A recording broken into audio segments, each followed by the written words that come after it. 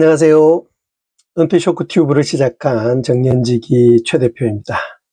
반갑습니다. 아마도 이 영상을 보고 계신 분은 퇴직이 가깝거나 퇴직하신 분들이 많을 것 같습니다. 저도 만 58세로 퇴직을 준비하고 있습니다. 그간 신경을 쓰지 못했는데 이제 갑자기 답답해지더라고요. 퇴직 후의 삶에 대해서 이제 공부를 하게 되었습니다. 공부하면서 깨달은 것들을 하나하나 같이 좀 공유하는 기회를 가졌으면 좋겠다 싶어서 이제 컨텐츠를 만들게 되었습니다. 먼저 맥락을 잡는다는 의미에서 그림을 하나 보면서 시작하겠습니다. 세계적인 투자자 레이 달리오가 만든 그림인데요. 레이 달리오는 이렇게 말했죠. 모든 제국과 국가는 붐과 몰락의 사이클을 반복한다. 진실이죠. 간단하게 그림으로 빅사이클이라는 그림으로 이것을 표현했고, 이것을 자신의 투자에 적용해서 부채 사이클 이론을 만들어내서 큰 돈을 벌기도 했습니다. 교육, 부의 축적, 부채 증가, 불평등 심화, 내부 갈등, 쇠퇴, 이 과정을 거쳐서 국가가 이렇게 부흥했다가 쇠퇴해 간다는 거죠. 우리나라도 내부 갈등이 심한 거 보면 불평등 심화, 내부 갈등 2단계에 들어간 거 아닌가 하는 생각도 들기도 합니다. 오늘 주제는 그게 아니니까 국가도 그렇게 순환하고 사실 우리 개인의 삶도 비슷합니다. 그죠? 우리 개인의 삶도 비슷해서 별반 다르지 않습니다. 이걸 라이프 사이클이라고 하죠. 20대는 배웁니다. 그죠? 30대와 40대는 벌고 소비합니다. 50대는 정점이죠. 급여도 많고. 60대부터는 이제 벌던 삶에서 이제는 버텨야 하는 삶으로 전환됩니다. 이게 바로 우리 인생의 빅 사이클입니다. 그리고 이 빅 사이클 속에서 가장 급격하게 꺾이는 구간이 바로 퇴직, 은퇴입니다. 오늘은 이 퇴직 이후의 노후소득, 당신은 얼마나 준비되어 있냐라는 주제로 얘기를 해보겠습니다. 퇴직 후에 내 소득은 얼마나 줄어들까요? 통계를 찾아봤습니다. 평균적으로 우리나라 60세 이상 은퇴자의 소득 대체율은 약 43%에 불과합니다. 다시 말해서 월 300만 원 벌던 사람이 퇴직 후에는 130만 원도 못 받는다라는 뜻이죠.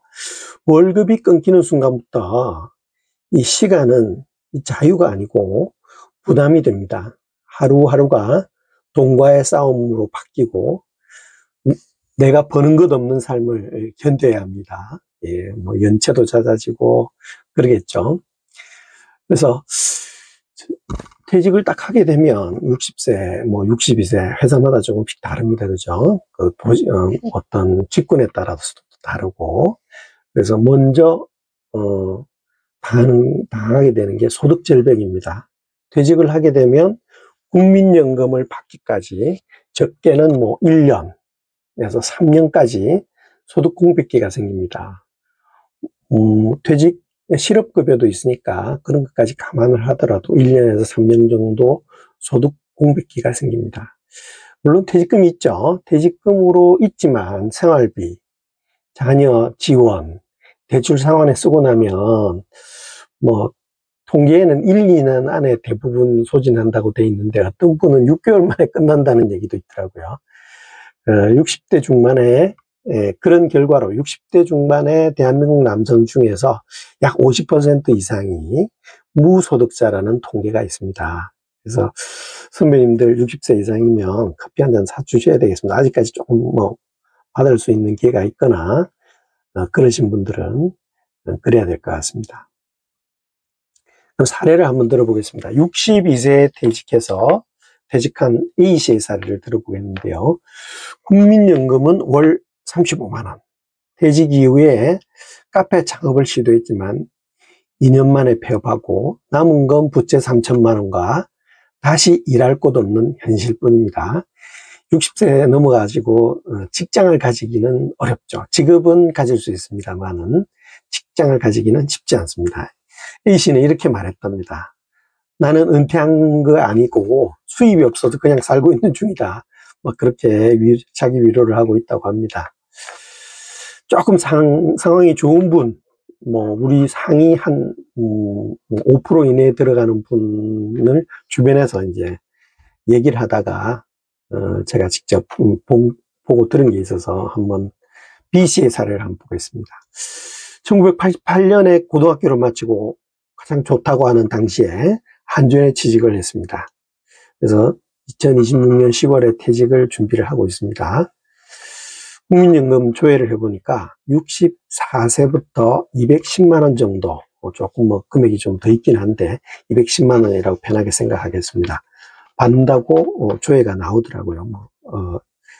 불입한 개월수가 444개월 뭐 이 정도 된다 그럽니다.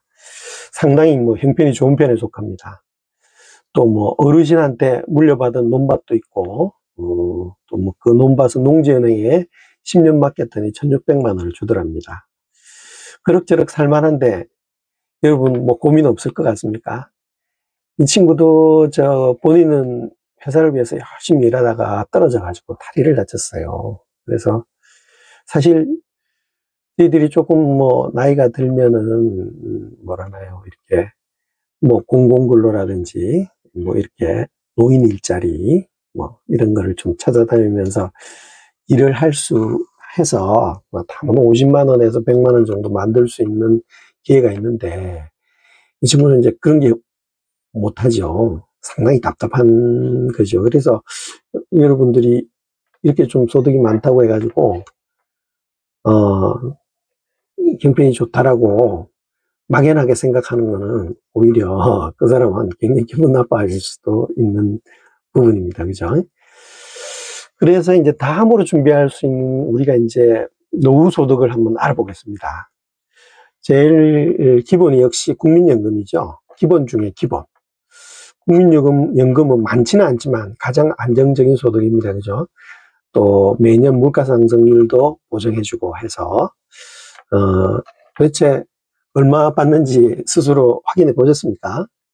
저도 이제 이 컨텐츠 만들면서 조회를 해봤습니다. 그래서 보니까 국민연금공단 홈페이지에 들어가서 이제 로그인을 하고 예상연금을 이렇게 조회를 해봤습니다. 지금 수준에서 볼 땐 정말 형편없는데 이것도 다른 사람 입장에서 볼 땐 정말 빼부른 소리 하고 있다. 그런 얘기를 할 상황이죠. 그래서 금액은 말씀 안 드리겠습니다. 그래서 조회 방법은 두 가지입니다. 국민연금공단에 들어가서 이제 보는 방법. 내 곁에 국민연금이라는 앱이 있습니다. 거기서 예상 수명 계획을 확인해 볼 수 있습니다. 뭐 이제 가입 기간이 길었다면 길수록 좀 많이 나오죠. 그리고 또 가입 기간이 짧은 사람도 있습니다. 뭐 예를 들면 IMF 있어가지고 입사를 이전에 했는데 실제로 입사한 건 몇 년 뒤에 이렇게 한 사람들도 많이 있거든요. 뭐 IMF 때 직장을 일시적으로 잃어서 이렇게 국민연금 납입을 못했던 분도 있습니다. 그래서 이런 경우에는 추납제도라는 걸 활용해서 소득을 좀 늘릴 수가 있습니다. 그래서 추납제도는 나중에 별도로 제가 컨텐츠를 만들어서 여러분들하고 공유하면서 따져보겠는데 추납제도에 좀 관심을 좀 여유가 있는 분이라면 관심을 가지는 것도 좋을 것 같습니다. 그 다음에 이제 퇴직연금하고 IRP가 있죠. 그래서 뭐 이것을 뭐 일시금으로 받아야 되니 연금으로 받아야 되니 뭐 이런 얘기들이 유튜브에 보면 많이 있습니다. 이 부분도 제가 나중에 별도로 컨텐츠로 만들 텐데요. 우선 퇴직연금을 일시금으로 받는 순간에 세금 폭탄이 막 떨어집니다.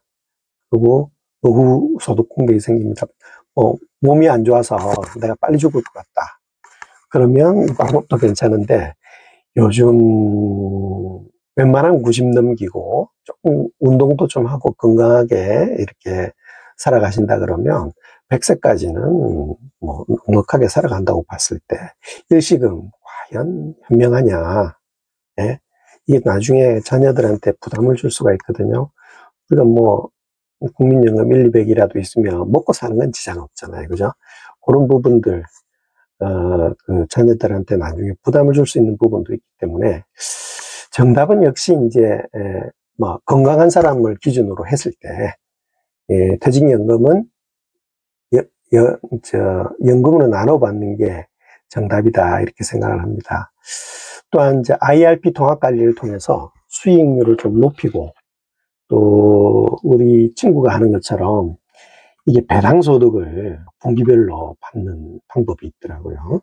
그런 방법도 나중에 같이 한번 공유를 해볼 텐데 월 소득을 만드는 자산화 전략 가지고 있는 퇴직연금을 가지고 월 500을 만드는 거를 목표로 지금 친구가 하고 있는데 그 전략도 한번 같이 한번 공유하고 따라해 보는 것도 좋을 것 같습니다.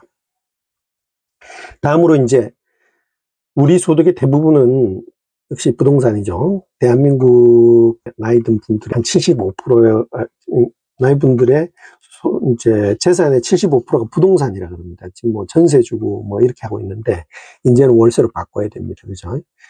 임대소득, 월세나 이런 걸 통해서 어떻게 그걸 또 돈을 또 돌려주고 이렇게 해야 되잖아요. 그런 부분들을 또 지금부터 염두에 두면서 연구를 해야 됩니다. 또 뭐 예를 들면 주택연금, 또 농지연금, 임야도 포함되죠. 이런 부분들을 할 수 있는 방법을 지금부터 슬슬 준비를 해야 됩니다. 농지연금 같은 경우는 65세 이상인데 서울각장이들은 이걸 가지고 소득을 많이 만들고 있다고 합니다. 그래서 그것도 별도 콘텐츠를 좀 만들어 볼까 하고 있고요. 그래서 부동산 임대소득이 있다면 세금과 유지비를 고려해서 실수령액 중심으로 세금 칼같이 내야 되잖아요. 어디 빠져나갈 방법이 없잖아요. 그래서 세금을 계산하고 그다음 무엇보다 중요한 거는 이제 무리한 창업 하다가 아까 A씨처럼 말아먹어 가지고 이렇게 노후 소득을 왕창 날리는 그런 일은 없어야겠죠. 그래서 그 무리한 창업보다는 꾸준한 소득 흐름을 만드는 게 좋을 것 같습니다. 뭐 제 아는 C씨 같은 경우는 사모님이 이제 퇴직이 한 4년 정도 남았는데 떡볶이집을 하더라고요. 부담 없이. 그래서 현금 소득을 창출하는 뭐 애들도 다 크고 했으니까 재미도 있고 뭐 크게 벌지는 않지만 나름 또 이렇게 재미도 있고 소득을 만드는 그런 거를 시작하는 그런 분도 계시더라고요.